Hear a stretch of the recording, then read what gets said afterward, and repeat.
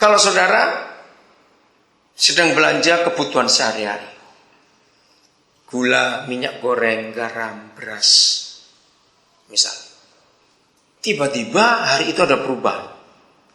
Di semua toko yang kita masuki, kita kaget. Berlabel agama. Ada beras Kristen, beras Hindu, beras Islam, beras Buddha misalnya. Ada gula Kristen, gula Hindu, gula Buddha, garamnya juga, minyak gorengnya juga misalnya. Ayo, kalau kita Kristen, yang satu Islam, begitu kita masuk ke toko itu, kita milih yang label apa? Ya otomatis. Betul atau tidak? Jadi kegagalan gereja yang terutama dalam misi ini karena kita yang mengenalkan Yesus kepada dunia sebagai orang yang beragama Kristen. Padahal dia tidak. Setuju nggak kalau dia bukan orang Kristen? Lu nggak usah ragu-ragu, saudara. Ya sudah. Ini pekerjaan besar. Harusnya terlanjur dunia tahu sejak abad keempat bahwa dia itu orang Kristen. Bagaimana kita meyakinkan dunia ini? Bawalah Yesus sebagai Yesus yang tanpa baju, merek apapun, label apapun. Yesus yang juru selamat. Ini pekerjaan besar. Mungkin kalau gampangnya saja, coba kita lihat dulu Lukas 15. Ya ini gampangnya saja ya. Nanti kita akan melangkah lebih jauh. Lukas 15 ayat 1.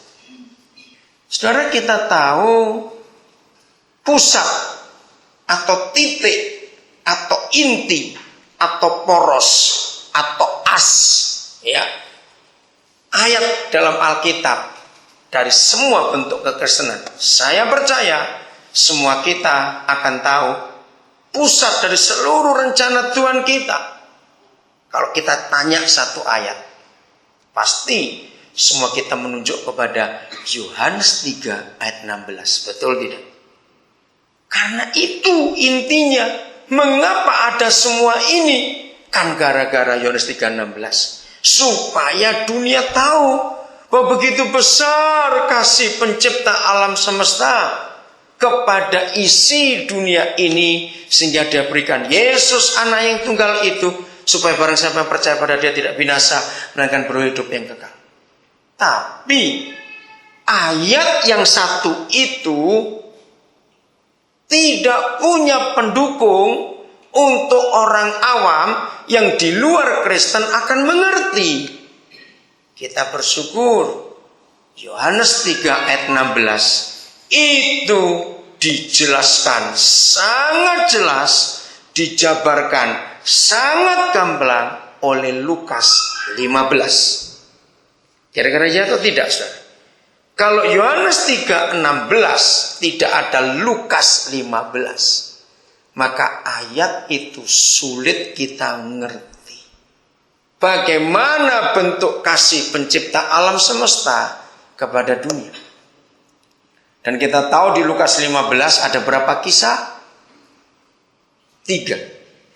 Semuanya tentang yang hilang, tapi yang menarik, happy ending. Nah, satu-satunya tulisan di Alkitab, saudara, yang menunjukkan kapan, bila mana, dan bagaimana seisi surga itu bersorak-sorai, bergembira, bersukacita. Kapan? Menurut Lukas 15, kapan itu? Kalau ada satu orang berdosa bertobat. Tidak dikatakan pindah agama. Nah, kalau kita sebagai gereja ingin bersukacita bersama surga, maka cari orang-orang berdosa itu untuk diselamatkan. Bedakan dengan dikristenkan.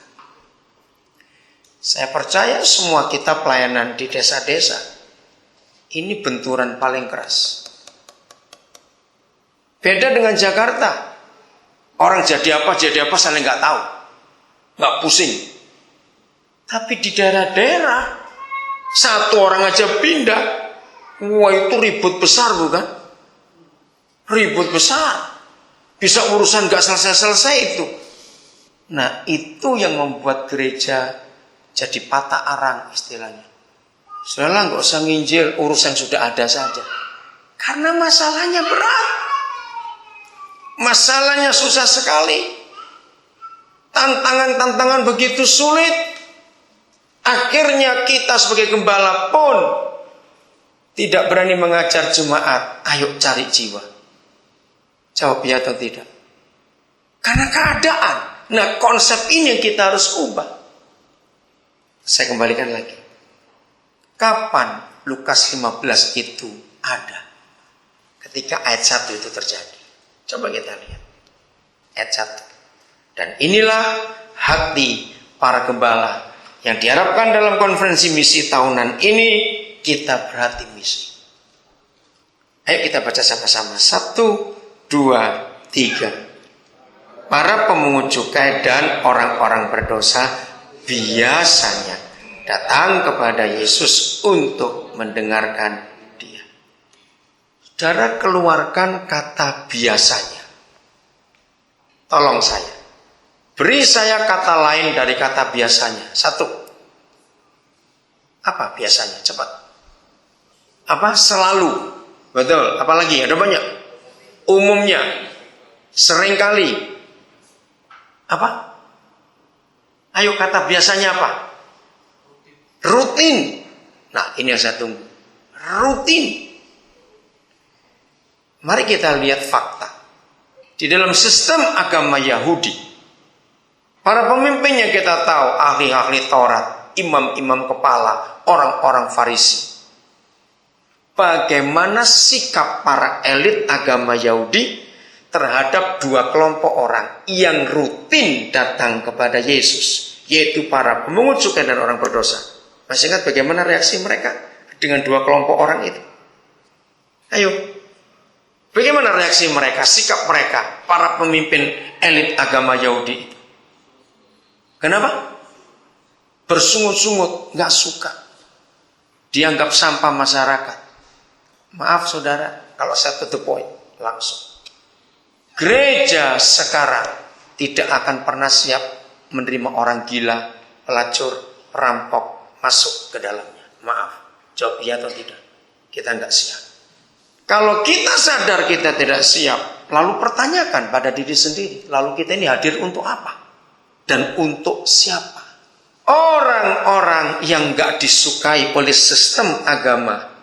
Dan orang-orang itu, percayalah, takut ke bait suci. Kira-kira ya atau tidak? Mereka itu takut kalau ketemu imam-imam dengan pakaian yang arogan, dengan simbol-simbol keagamaan yang mentereng. Mereka takut. Tapi luar biasa, mereka bisa akrab dengan Tuhan Yesus. Sampai ada kata biasanya. Maka para gembala, kriteria kita sebagai gembala yang punya hati misi, pakailah Lukas 15 ayat 1 sebagai tolok ukur. Berapa banyak pelacur, perampok, maling, bandar narkoba di sekitar kita tinggal, itu yang berani datang kepada kita untuk duduk tanya cerita, bahkan makan bersama. Selama kita dijauhi oleh mereka, langsung hukum diri sendiri, vonis diri sendiri, aku Farisi modern dan aku imam-imam kepala yang munafik itu. Apabila para gembala tidak berani memvonis dirinya sendiri, ketika orang-orang itu takut jumpa kita, betapa munafiknya dan jahatnya kita ini. Saya tidak perlu tanya secara setuju atau tidak, tapi ini kebenaran. Setiap ada orang yang bunuh diri, saudara, saya akan cari gereja terdekat dengan rumah orang yang mati bunuh diri itu. Kenapa? Satu-satunya orang yang sangat bersalah kalau ada orang yang mati bunuh diri adalah gereja yang terdekat dengan rumah orang itu. Siapa bisa jawab? Kenapa saya berani berkata seperti itu?